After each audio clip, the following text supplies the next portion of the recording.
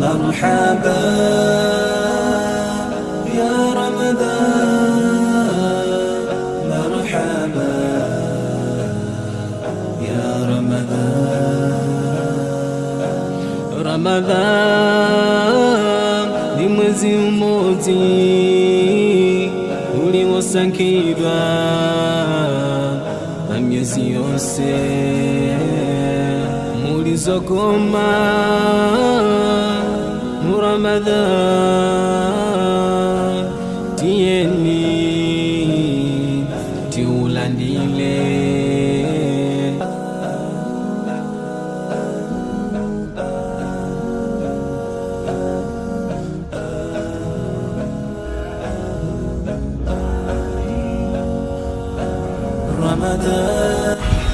আপনারা এখন যে পাহাড়টা দেখছেন এর নাম জাবালে সুর, যা সৌদি আরবের মক্কার দক্ষিণে অবস্থিত।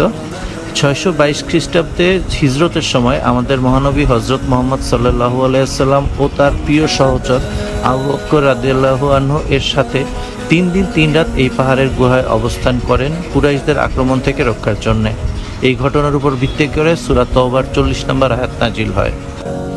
Ramadhan ni mwezi mmoja uliosangirwa na miezi yose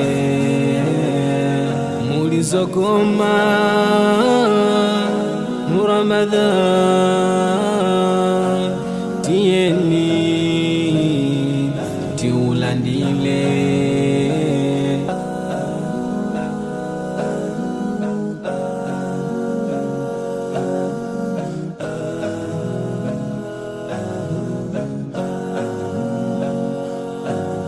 Ramadan,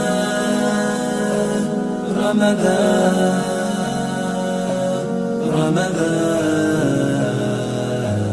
Ramadan, Marhaba ya Ramadan, Marhaba ya Ramadan,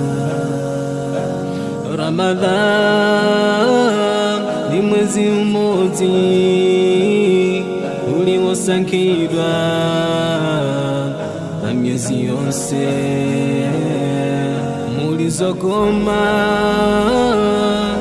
mu Ramadhan tieni।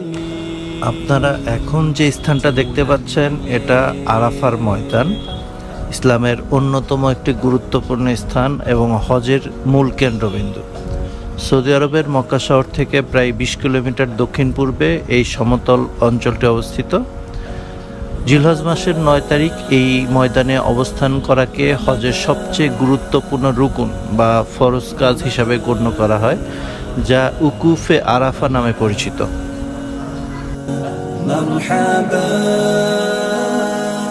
يا رمضان مرحبا يا رمضان رمضان ni mwezi mmoja।